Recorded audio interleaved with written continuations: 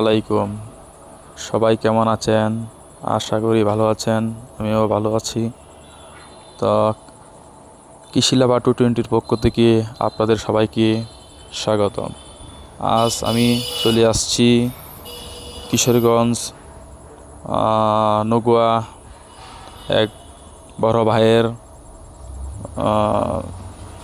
কৃষি কৃষি মাটি। তো ভাই এখানে অনেক ধরনের শাকসবজি ফলিয়েছেন। তো আসলে আমরা এখানে দেখতে পাচ্ছি যে ভাই এখানে ভেগে উনি আদা লাগিয়েছেন। তো এই জিনিসটা আসলে আমার কাছে অনেক ভালো লাগলো। তো তো আমরা আর একটু সামনে দেখতে পাচ্ছি এখানে এক ভাই অনেকগুলা কুমড়া গাছ লাগিয়েছেন। তো বেশ কুমড়াগুলো অনেক ভালোই হয়েছে, এখানে ভালো ফলন হয়েছে। তো সব মিলিয়ে দৃশ্যটা খুব অসাধারণ। তো ভাই এখানে আসলে অবসর সময় এখানে অনেক ফলান্তর গাছ এখানে ভাই লাগান এবং এগুলারই চর্চা করেন। তো আসলে ভাইয়ের শাকসবজির যেন এগুলো আমার খুব ভালো লাগলো দেখি। তো এখানে ভাই এখানে ঢেঁড়স লাগিয়েছেন কিছু। তো বেশ ভালো কিছু ঢেঁড়স হয়েছে। তো পাশে কিছু আমের চারা আছে, এখানে বিদেশি কিছু আমের চারা রয়েছে। তো সব মিলিয়ে আসলে একটা মনোরম এবং সুন্দর একটা দৃশ্য, এবং এর পাশে একটা পুকুর রয়েছে।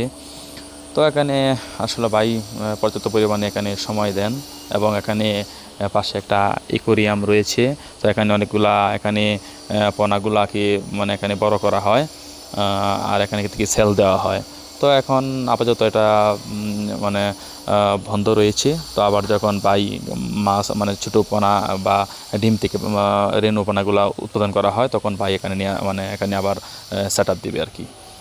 তো এর পাশে আমরা যখন এর পাশে গেলাম, তখন এখানে আবার ভাই একটা পেঁপে গাছ লাগিয়েছেন। তো আল্লাহর রহমতে এই পেঁপে গাছে অনেকগুলো পেঁপে ধরেছে এখানে, প্লাস অনেক পেঁপে এবং ফুল ধরেছে। তো আসলে সব মিলিয়ে দৃশ্যটা খুব বেশ ভালোই লাগলো দেখতে আর কি। তো অবসর টাইমে আর কি আসলাম, একটু ঘুরলাম ভাইয়ের এই কৃষি জমিতে কী ফসল ফলিয়েছেন। তো সব মিলিয়ে আসলে আমার কাছে ভালো লাগছে। আর এখানে ভাই কিছু বনসাই গাছ লাগিয়েছেন। এগুলা হয়েছে কিছু ফুল আর কি, যেটা আমরা বনসাই ফুল বলি। এটা চায়না টগর। তো ভাই এগুলো কিছু লাগিয়েছেন সৌন্দর্যের জন্য আর কি। তো ভাই আসলে খুব শৌখিন মানুষ, তো সেই জন্য আসলে এগুলা ভাই লাগিয়েছেন। এবং ভাই ওই সাইডে অনেকগুলা বেগুন লাগিয়েছেন। তো আল্লাহ আসলে রহমতে আসলে এগুলা অনেক বেগুন হয়েছে। এটা আমরা দেখলাম আসলে এখানে পর্যাপ্ত পরিমাণে বেগুন গাছ রয়েছে। তো আপনারা চ্যানেলটাকে অবশ্যই সাবস্ক্রাইব